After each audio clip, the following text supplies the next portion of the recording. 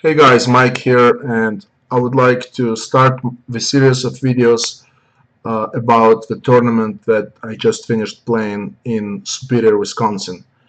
This tournament is called Twin Ports Open, and those of you that follow me on Facebook saw some pictures and some updates from the tournament.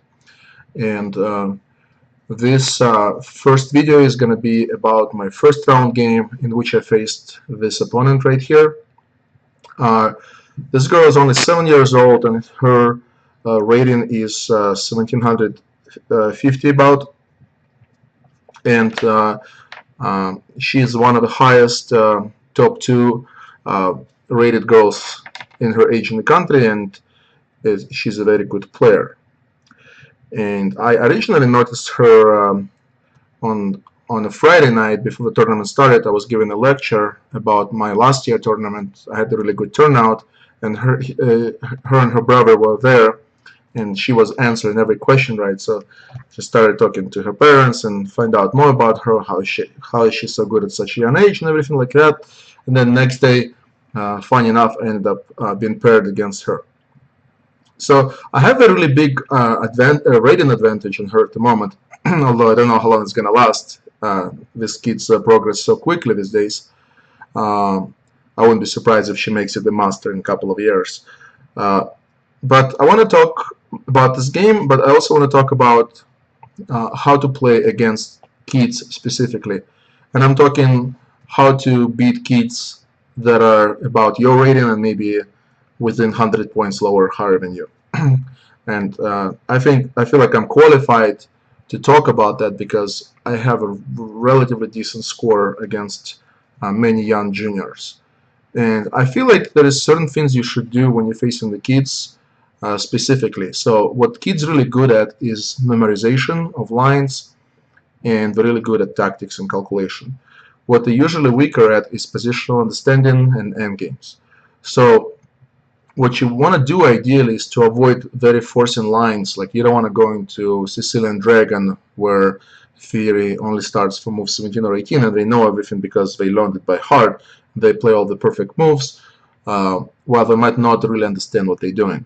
You want to usually take them into some kind of positional game, make them think on their own, and ideally you want to put pressure on them because normally the kids, especially really young ones, are much better attackers than defenders, and that goes actually for most of the chess players.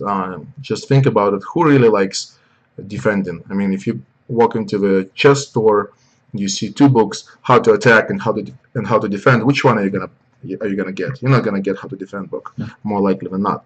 So people usually work in their offense tactics and stuff like that, and they don't nearly work as much in their defense. So my strategy is ideally to put the kid on the defensive, make them play passive chess, bore them to death, and just kind of positionally squeeze them and get a win. And I've been able to do that a lot. Sometimes they get their share of wins and stuff like that, but this is my overall strategy going forward. And when I play with white, I go both e4 and c4, and definitely I did not want to play any theoretical line, which is why my choice was c4. The time control for the first round was game on 60 with a 30 seconds increment. So she plays g6, and I'm not an expert on this line. I don't know it very well, to be honest, but that's what I like about English opening. A lot of times you just need to understand the ideas, and there is a lot of different ways you can play it. So I decided to fianchetto my bishop early on and just castled my king, and she plays e6. So as you see here in my online database, there is a couple of moves white can play. The most popular one is knight c3, and actually instead of going for e3 and d4 the way I went in the game, white can also play d3 and keep things more complicated. Less trades are happening here, and position is really rich in terms of how many resources are available to both sides. What I did, I played e3 with an idea of playing d4, and if she reacted correctly, the best way to react was to actually take on d4 rather than castling. The problem with my idea is that under correct play by black, things can simplify way too much. For example, she takes, I take with a knight, she will trade knights, and then immediately strike at the center with d5, which leads to another trade most likely, because c5 really looks terrible. She can blow the center up with e5 anytime, so take, and she takes, and then I have to play knight c3, and then, okay, it may simplify into something like this, a really dry position which is difficult to play if I win. Clearly it's about equal. So instead she played castle, and there's only a couple of games here in the database. This has never really happened before, and I played d5, trying to grab some space in the center and trying to create some imbalance in the position. I want to ruin the symmetry, and I want to grab some space.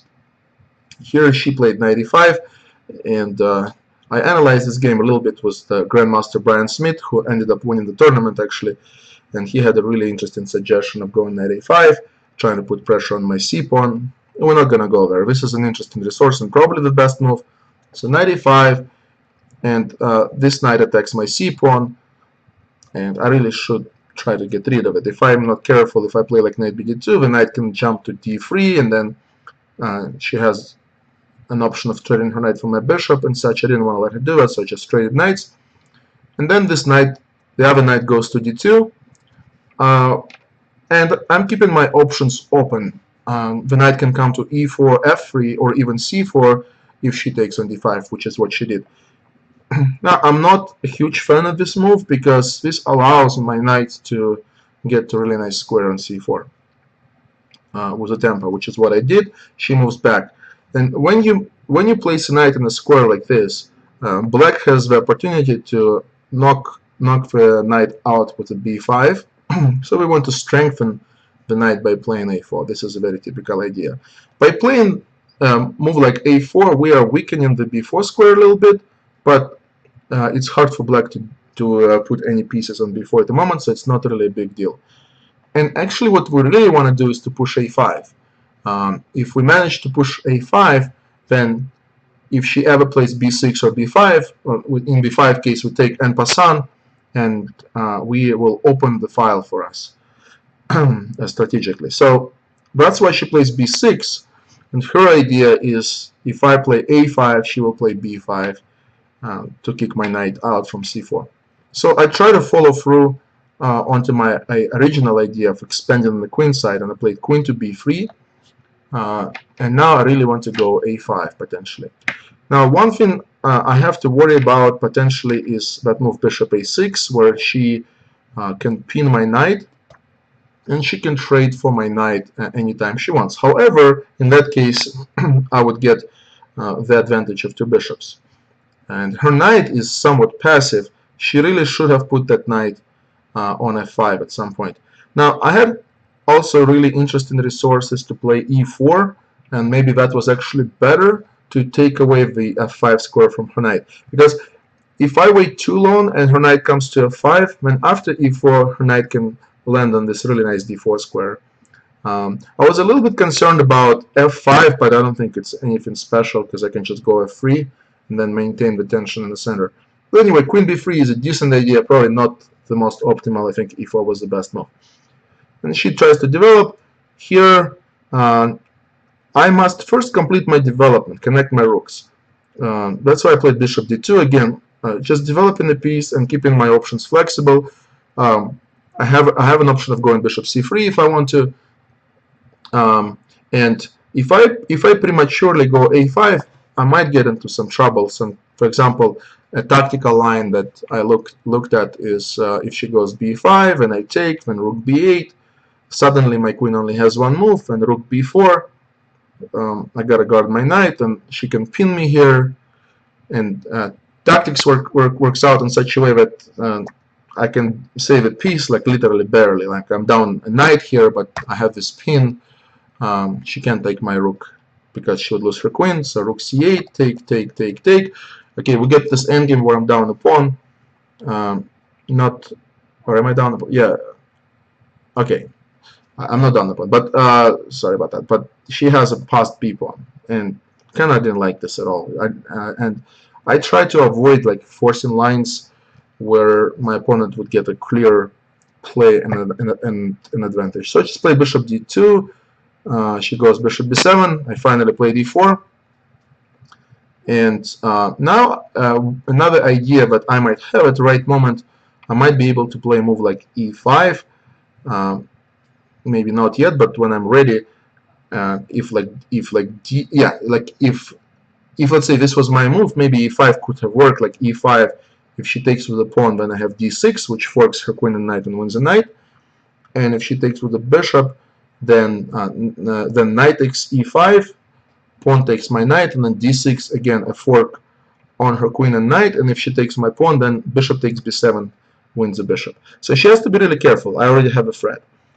So she moves the queen to d7, and now this e5 business doesn't work because the queen moved to d7, so there is no more fork with d6. Here I came up with an idea of playing queen b5. I offer a queen trade, and if she trades queens, then I will take with the pawn, and the a file is open, and I can put a lot of pressure onto her a7 pawn, maybe double my rooks on the a file. Then my knight on c4 is a really nice knight, because it stops her from moving her a pawn, and it also guards my b2 pawn. And here she correctly decided to guard her queen with the rook on d8, but I think she moved the wrong rook. I much prefer her to go rook f d8, because that way she has maybe an option to trade on b5 and not have her a7 pawn being unprotected. But she moved the a rook, and here I really started to put pressure on her. So what you want to do in chess in general, against the kids specifically as well, you want to put pressure. You want to put your opponent to a decision. And when you put your opponent on a defensive constantly, you constantly force them to make decisions. How do I protect that? How do I protect this? Etc. etc. First of all, they have to spend time. So potentially they might end up in a time trouble. This is where you get them. If a position is complex, with no time on their clock, they are very likely to make some kind of mistake. And just even without all that, just when they have to constantly make decisions, there is a higher chance that they're gonna mess up. And because in chess, like, somebody has to make a mistake for one person to win. Usually, it happens sometimes that both players play like good chess and somebody wins, but more likely than not, you gotta force a mistake upon the opponent. So bishop f4 is a really high pressure move, because now it puts a lot of pressure on her d6 pawn, and her best option, I believe, was just playing knight c8, but that move looks really ugly because she would have to move her knight backwards. The only thing the knight's doing is defending that pawn. So she incorrectly went queen c7, and now a very important chess concept, the principle of T weaknesses, is in play here. So we are pressurizing one weakness on d6. She managed to protect it twice. So now we need to create a second weakness, and that's usually on the other side of the board. So we go a5, and now we really want to win that b pawn. And she already has a really bad position. She needed to play aggressively and counterattack something like f5, but even then, white has quite an edge here. Again, e5, and for example, if she takes, we can take on d6. And just look at the position. We have a really good passed pawn on d6. All our pieces as white are very active. We control the open file. Our queen is much better than hers. But however, having said all that, we're still not even up any material. So that was her best shot. But after a5, she took. And then here, guys, if you want to pause your videos, do so and try to find a move. So here's a pretty simple tactical idea. We can take on d6. Actually, it works. The tactics works out both ways. We can take with the knight or bishop. Now, to be honest with you, I wasn't so sure about knight takes because she has a move like g5. After the game, I checked with the computer. Both moves work, but during the game, I was 100% sure bishop takes d6 works very cleanly, so I just did that. So the idea here is we give up two pieces for a rook, but in the end, when we do that, we distract the queen from guarding the b7 bishop, and then we ended up getting a rook and a bishop for bishop and a knight. So in fact, we're winning the exchange, but also because with that a5 move, we managed to split her pawns. into 3 isolated pawns. Now all of her pawns are very weak, and we should be able to win most or even all of them: a5, a7, and c5, those 3 pawns. So she takes on d6. Now I take on d6. I thought she would just take my knight and I take her bishop. This is a line I calculated in the game. Rook b8. I take on a7. She takes on b2. I take on a5. c4. And for a second it seems maybe she can get some counterplay with that passed pawn, but no, we can.